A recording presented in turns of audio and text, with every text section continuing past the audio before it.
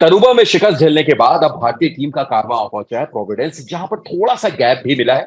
मुकाबला 6 अगस्त को शुरू होना है, तो क्या इस गैप से फायदा होगा, रणनीति बेहतर होगी? इसी पर करेंगे बात। स्वागत है आपका ESPN cricket 4020 time out Hindi में। हमारे साथ मौजूद हैं पूर्व भारतीय क्रिकेटर वसीम जाफर।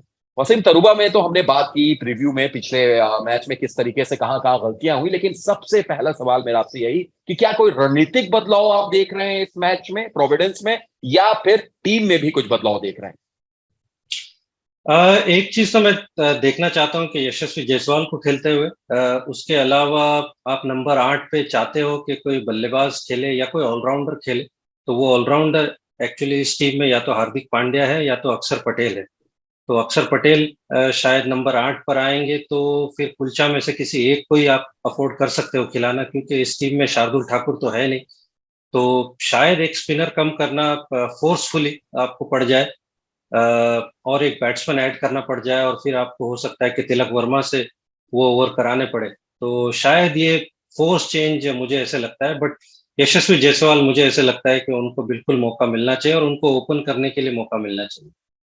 और कुछ बैटिंग ऑर्डर में भी आप चेंज देखेंगे वसीम? क्योंकि हमने ये देखा था पिछले मैच में कि सूर्या नंबर 3 पर आए, तिलक वर्मा नंबर 4 पर, और अच्छा खेला तिलक वर्मा ने। लेकिन क्या संजू सैमसन की पोजीशन थोड़ी ऊपर हो सकती है?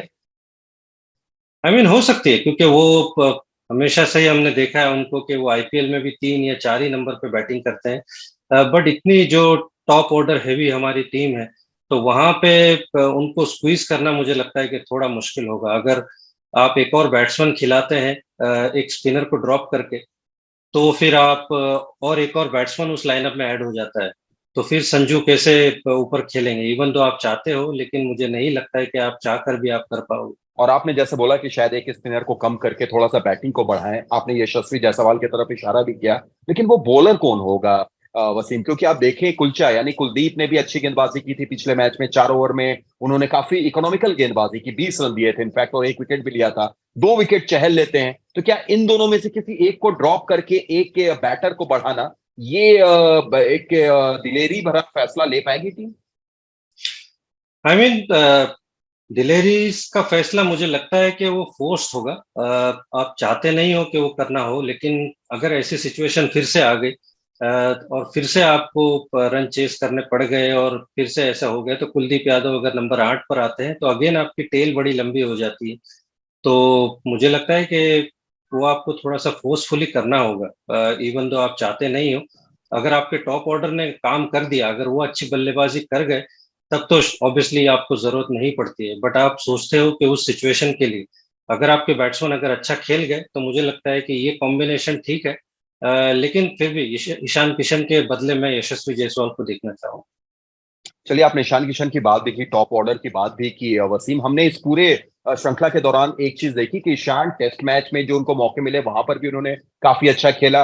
वनडे में तो चलिए तीनों ही मैच में 50 प्लस रन बनाए। पर T20 फॉर्मेट की जब बात आती है, तो यहां पर ईशान किशन वैसे नजर नहीं आते, उनकी लय वैसी दिखती नहीं है। और गिल भी पिछले कुछ मुकाबले से ऐसा लग रहा है कि वो टच में नहीं है। एक अर्धशतकीय पारी 85 रन की जरूर आई थी वनडे में, तीसरे वनडे में, लेकिन इसके अलावा कुछ खास नहीं। तो क्या इन दोनों को देखकर आपको भी ऐसा लगता है कि शायद वो फ्री फ्लो खेल नहीं पा रहे हैं?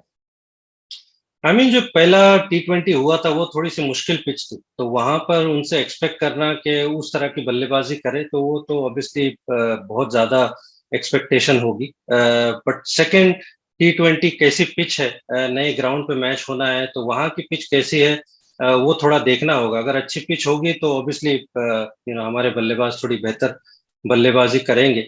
लेकिन ईशान किशन का थोड़ा T20 इंटरनेशनल फॉर्म मुझे थोड़ा सा वरी करता है कि लास्ट मैंने उनका जो रिकॉर्ड अभी देखा लेटेस्ट, तो 15 इंटरनेशनल इनिंग्स में उनके 40 रन भी नहीं है, मतलब हाईएस्ट। और वो स्ट्राइक रेट भी बहुत कम है। तो वो थोड़ा सा कॉज ऑफ कंसर्न है। हालांकि वनडे में बहुत बढ़िया फॉर्म दिखाया उन्होंने, लेकिन ये थोड़ा डिफरेंट फॉर्मेट है और आईपीएल भी बड़ा साधारण सा गया है उनका।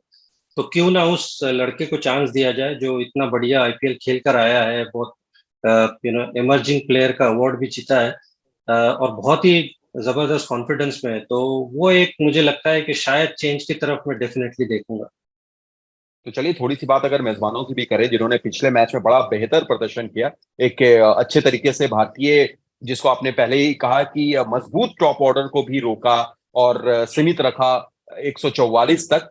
इस मुकाबले की अगर बात करें वसीम, तो किस नजरिए से उतरेगी और कौन से ऐसे खिलाड़ी हो सकते हैं जिनसे थोड़ा सा होशियार रहने की जरूरत होगी भारत को? आई थिंक उनके सारे बल्लेबाज बड़े डेंजरस है। अगेन उस पिच के ऊपर 150 रन के आसपास पहुंचना एक अच्छा एफर्ट था।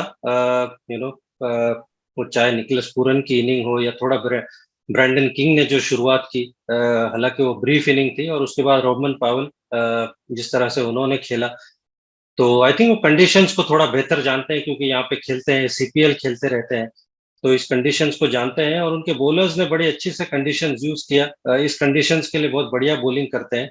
तो वो मुझे लगता है कि थोड़े ऑब्वियसली बेटर प्रिपेयर्ड होंगे।